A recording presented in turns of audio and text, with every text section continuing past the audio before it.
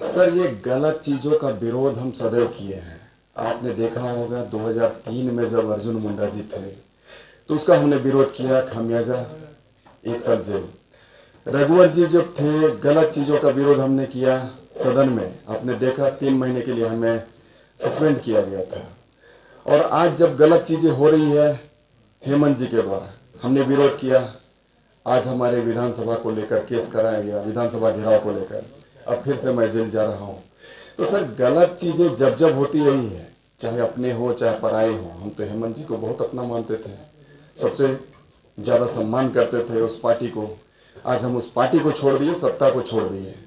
ये सर बड़ी चीज़ होती है, सत्ता को त्यागना। लोग सत्ता के लिए प्रयासरत रहते हैं, तो हमने खतियानी हित में सत्ता को छोड़ने का काम किया है और गलत लोगों को हमने कभी बर्दाश्त नहीं किया।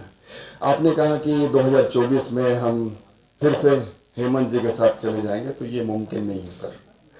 हम कतई नहीं उनके साथ हैं और खतियानी आने वाले दिनों में मुंहतोड़ जवाब देगा ऐसे गलत प्रवृत्ति, गलत मंशा पालने वाले लोगों को। चाहे हेमंत जी हो या फिर कोई और नेता हो, जिसने भी हमारे खतियानी की भावनाओं को कुचलने का काम किया है, ठगने का काम किया है, शोषण करने का काम किया है, उनके अधिकारों को छीनने का काम किया है, यहाँ के दबे कुचले को दबाने का प्रयास किया है, उसे उठाने का कभी प्रयास नहीं किया, तो ऐसे लोगों को मुंहतोड़ जवाब मिलेगा सर। अमित जी कहती हैं कि बाहर के लोग भी यहाँ नौकरी कर सकते हैं, क्योंकि नौकरी के लिए तो हमारी नीति नहीं बनी। अगर नीति बन जाती तो पूर्णिमा जी इस विषय को लेकर खामोश रहती। और दूसरी बात है कि पूर्णिमा जी का कहना है कि बाहर के लोग यहाँ पर सांसद विधायक बन सकते हैं, तो निसंदेह बन सकते हैं, क्योंकि अभी तक उस तरीके से संविधान में बनाया नहीं गया है कि सांसद विधायक कोई भी व्यक्ति कहीं भी खड़ा हो सकता है। तो वो अलग इशू है सर। सांसद विधायक आप बन सकते हैं, अलग चीज़ें हैं, लेकिन ये जो नीति बननी चाहिए कि हमारे यहाँ के लोग ही हमारे यहाँ पर नौकरी करें, रोजगार करें, ये हमारे लिए नीति नहीं बनी। इसलिए पूर्णिमा जी भी गर्व से कहती हैं कि कोई भी आदमी कहीं से भी आकर नौकरी कर सकता है। और बाहर के लोग से हम तो बार बार यही कहते हैं, तकलीफ नहीं है, लेकिन हमारे हक हुकूक को अगर मारने की कोशिश करता है, हमारे अधिकारों को छीनने का प्रयास करेगा, तो ये तकलीफ दे। और ये इसके लिए जो कठोर कानून बननी चाहिए थी वो सरकार बना सकती है, जो कि सत्ता में बैठी होती है। और सरकार इस विषय को लेकर गंभीर नहीं है। सरकार भी आज पूर्ववर्ती सरकार के ट्रैक में ही दौड़ने का काम कर रही है। हम तो कहेंगे बीजेपी जो यहाँ पर थी सरकार, बीजेपी और आजसू की सरकार, उसके राह पर, उसके पदचिन्ह पर ये चलने का काम कर रही है। और उसके अधूरे कार्यों को कैसे हम पूरा करें, इसके प्रयास में वो दिन रात व्यस्त है। अच्छा, अभी आप जो है हेमंत सोरेन का, हेमंत सरकार का, ये आंकड़ा बढ़ सकता है 13 से 14 लाख तक, तो ये तकलीफ दे है। आज हमारे पर्व त्यौहार में हमारे बच्चे ढूंढते हैं अपने बाप को, अपने भाई को, हमारे माएँ ढूंढती है अपने बच्चे को, हमारी यहाँ की बहनें ढूंढते हैं अपने हस्बैंड को, हमारे भाई ढूंढता है अपनी बहन को राखी के दिन में कि आज यदि वो होती तो हमारा पर्व बेहतर होता। लेकिन हमारे यहाँ के लोग बाहर जाते हैं 2 वक्त की जुगाड़ करने के लिए, कैसे हम अपने परिवार तक 2 पैसे कमा कर भेजें, उसकी चिंता होती है। तो ये तकलीफ दे है। हमारा झारखंड और हम ही बेघर हो रहे हैं और बाहर के लोग यहाँ पर आकर घर बनाकर रह रहे हैं। कोई 1 कट्ठा 2 कट्ठा में घर बनाता है और वो हमारी हकों को मारने की कोशिश करता है। वो झारखंडी कहलाता है। और हम कुछ एक दिनों पर अगर यही स्थिति बनी रहे तो हमारी रोज़ के रोज़ ज़मीनें जो बिक्री हो रही है CNT SPT एक्ट के रहते हुए, हमारे यहाँ ज़मीन का धड़ल्ले से खरीद फरोख्त हो रहा है, तो खतियान सिर्फ कहने की बात हो जाएगी और हमारे खतियानी ज़मीन नहीं दिखेंगे। हम सिर्फ खतियान अपने घरों में रखे रह जाएंगे और ये तकलीफ दे होगी आने वाले दिनों में। तो हमें अस्तित्व की चिंता है, अपनी अस्मिता की चिंता है, हमारे यहाँ के खतियानियों की चिंता है और इस चिंता के लिए हमारे हर कदम उठेंगे और बेहतर कदम उठेंगे। अच्छा, पूर्णिमा ने जैसे इसके अलावा और कुछ नहीं है। सरकार ने तो यह भी कह दिया कि मैंने लागू कर दिया खतियान के आधार पर। कहाँ लागू किया? सरकार तो ये कहती है कि 60% यहाँ के लोग रहेंगे, 40% बाहर के लोग रहेंगे, 60-40 की बात करती है। और यहाँ के मंत्री कहते हैं कि नहीं, एक महज प्रयोग है। हाफिजुल साहब का यही कहना था कि ये प्रयोग हो रहा है, इसके बाद में फिर हम लोग दूसरी नीति बनाएंगे। ये 40 की बात हम करें तो 40 आउटसाइडर तो सीधे सीधे आएंगे ही। अब जो 60% झारखंडी की बात कर रहे हैं, तो मैं पूछना चाहता हूँ सरकार से कि 60% में झारखंडी कौन? आपने झारखंडी को परिभाषित किया ही नहीं, तो फिर 60% किसे नौकरी देंगे? उसमें भी तमाम लोग बाहरी आएंगे और हमारे यहाँ के जो सिस्टम का शिकार बने जो हमारे बच्चे हैं, हम तो कहेंगे कि आज हमारे यहाँ के लोग जो हैं 2 वक्त रोटी कैसे हम जुगाड़ करें उसकी चिंता में है। तो कैसे वो तैयार करेंगे अपने आप को प्रतियोगिता परीक्षाओं के लिए, ये बहुत बड़ा प्रश्न है। तो हम तो यही कहते थे कि यहाँ के जो बच्चे हैं, जो खतियानी बच्चे हैं, उनकी योग्यता का आकलन करते हुए उसे फर्स्ट, सेकेंड, थर्ड, फोर्थ हर एक नियुक्तियों में हिस्सेदारी दी जाए।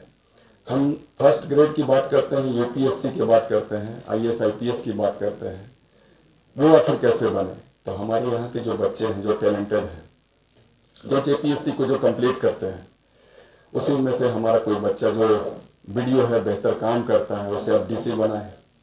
हमारा जो डीएसपी जो बच्चा है, उसे आप एसपी बनाने का काम करें और उसे जिला संभालने का मौका दें।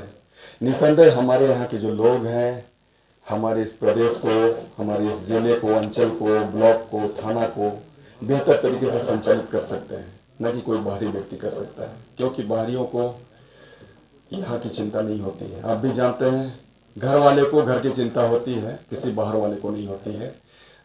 किराएदार को चिंता नहीं होती है। घर को बेहतर तरीके से संभाल कर रख सकता है तो सिर्फ और सिर्फ घर का मालिक है, और खतियानी ही इस झारखंड के मालिक हैं। आज खतियानी इतने बेबस, लाचार महसूस कर रहे हैं कि वो पलायन कर रहे हैं। हर एक वर्ष हमारे यहाँ के बच्चे बच्चियाँ बाहर चले जाते हैं। तकरीबन ये जो सरकारी आंकड़े हैं उसमें 8.5 वाले को छोड़ने का काम किया। अरे हम तो यही कहते हैं कि अगर सरकार की मंशा साफ होती तो जिस तरीके से बिहार में नीति लागू है, अंतिम सर्वे सेटलमेंट हर जिले का है, उसे ही ये यहाँ पर अपने यहाँ लागू करवा देती।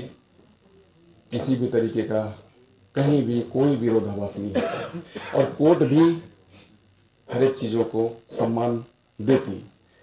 हम तो ये भी कहते हैं कि पॉलिसी मेकर जो होते हैं, हमारे पॉलिसी बनाने के लिए सरकार के पास पैसे भी होते हैं, इनके पास विशेष फंड होता है।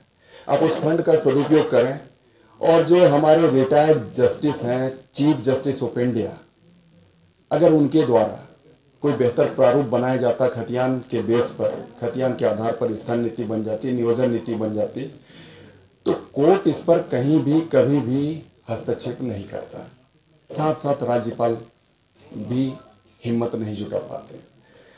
परंतु ये सरकार की मंशा स्पष्ट नहीं है और सरकार की गलत नीतियों का हम सदैव विरोध करते आए हैं। हमारे यहाँ के जो भी खतियानदारी हैं वो भी विरोध इसलिए करते हैं क्योंकि वो जानते हैं कि हमारे पूर्वज कहीं ना कहीं हर एक गलत चीज़ों का विरोध करते चले आए हैं। चाहे वीर बिरसा की बात करें, सिद्धू कान्हू, चांद भैरव, नीलांबर पीताम्बर की बात करें, हम सिख भिखारी की बात कर लें, या फिर रामदयाल मुंडा की बात कर लें, निर्मल महतो जी की बात कर लें, विनोद बाबू की बात कर लें, या फिर हम शिबू सोरेन जी की ही बात कर लें, हमेशा ही गलत चीज़ों का विरोध करते हैं। इसलिए खतियानियों के खून में वो जोश है, जुनून है, जिसे कभी कोई कम नहीं कर सकता है।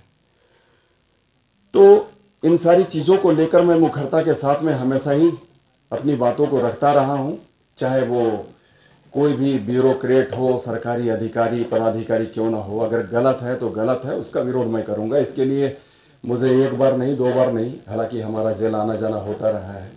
2003 से 2004 तक गलत तरीके से जिस बच्चे को मैं बचाने को लेकर आगे बढ़ा, उसी बच्चे का मर्डर केस, सुधीर साहू, जो कि रांची कॉलेज में घटना घटी थी, उसका मर्डर केस हम पर लादा गया, जो कि तकलीफ दे था। अर्जुन मुंडा जी की सरकार थी और उस वक्त हमें 1 साल जेल में रहना पड़ा था।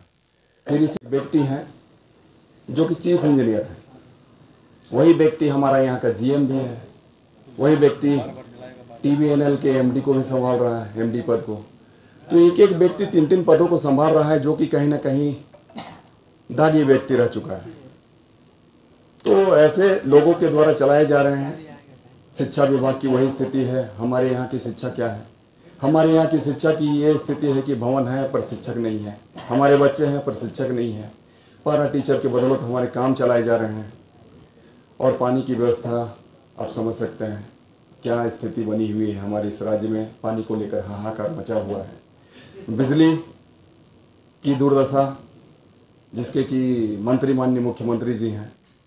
तो इन सारी चीज़ों को सरकार कभी गंभीरता से ले नहीं रही है और सरकार को कोई लेना देना नहीं है।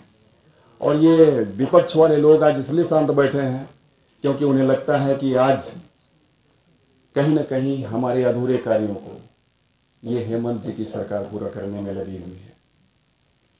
तो ये तमाम चीज़ें हैं और ये तकलीफ का विषय है। आज अगर खतियान के आधार पर स्थान नीति नियोजन नीति का निर्धारण हो जाता तो निसंदेह 8 लाख जो यहाँ पर रिक्तियाँ हैं उन तमाम रिक्तियों को भर देने से 8 लाख लोगों को नियुक्ति मिल जाती, हमारे खतियानी खुशहाल हो जाते। और हम तो ये कहेंगे अगर कोई एक व्यक्ति नौकरी करता है, रोजगार से जुड़ता है, तो उसके 10 लोग जो उसके परिवार में शामिल होते हैं वो तमाम लोग खुश होते हैं, उसका बेहतर तरीके से भरण पोषण होता है, जीवन यापन होता है, उसका लिविंग स्टैंडर्ड हाई हो जाता है। तो आज 80 लाख लोग हमारे खुशहाल हो जाते हैं, परंतु सरकार की मंशा नहीं है। और हम तो ये कहेंगे सरकार कहीं ना कहीं गलत नीतियां बनाने का काम कर रही है, त्रुटि छोड़ने का काम कर रही है।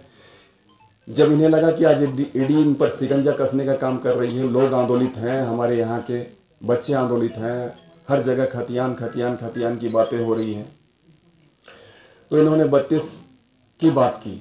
और आप जानते हैं किस तरीके से इन्होंने त्रुटियों को छोड़ने का काम किया है। अगर कोई हमारा यहाँ का जनरल व्यक्ति, अगर उसका बच्चा कहीं कोई बाहर दूसरे प्रदेश में पढ़ता होगा तो वो यहाँ का अभ्यर्थी नहीं बन सकता है, तृतीय चतुर्थ वर्ग के एग्जाम में वो शामिल नहीं हो सकता है। और इन्होंने 32 में थे, उनके द्वारा जो हम पर केस लादा गया वो 2006 की बात थी। उस वक्त मैं 2-3 महीने जेल में था। आज फिर से मैं अपनी मुखरता के कारण, गलत चीज़ों के विरोध के कारण आज फिर से मुझे जेल जाना पड़ रहा है। तो निसंदेह जहाँ जहाँ गलत होगा अमित खामोश नहीं बैठेगा, हम उसके विरोध में आवाज़ उठाएंगे। और उसके लिए हमें 1 बार नहीं, 2 बार नहीं, 4 बार नहीं, 1000 बार भी अगर जेल जानी पड़े, जेल में ही हमें समय गुजारना पड़े तो हमें ये मंजूर है। क्योंकि ये खतियानी हित की बात है, झारखंडियों की बात है, झारखंडी की अस्तित्व अस्मिता की बात है। ये तकलीफ की बात है कि झारखंड राज्य हमारा अलग हुआ, परंतु हमने उस लड़ाई में योगदान अपनी भूमिका नहीं निभा सकी, क्योंकि उस वक्त मैं पढ़ाई कर रहा था। परंतु आज जब खतियानी की बात होती है, झारखंडी की बात होती है, तो निसंदेह मैं पीछे नहीं हटूंगा और हमेशा ही हमारे कदम आगे बढ़ेंगे, न हम रुकेंगे न हम झुकेंगे। और आज आप तमाम जितने भी साथी आप यहाँ मौजूद हैं प्रेस सभागार में, आप सभी सम्मानित साथियों के माध्यम से मैं इस सत्तासीन सरकार को चेतावनी देता हूँ कि आप ससमय अगर खतियान के आधार पर स्थानीय नीति नियोजन नीति का निर्धारण नहीं करेंगे तो निसंदेह आने वाले दिनों में आपका अस्तित्व खत्म हो जाएगा और ये हम नहीं ज़माना देखेगा। तो आज हम इसी निमित्त आप तमाम लोगों को अपनी बातों को रखने के लिए आमंत्रित किए थे और इन्हीं चंद बातों के साथ मैं अपने वक्तव्य को विराम देता हूँ। धन्यवाद।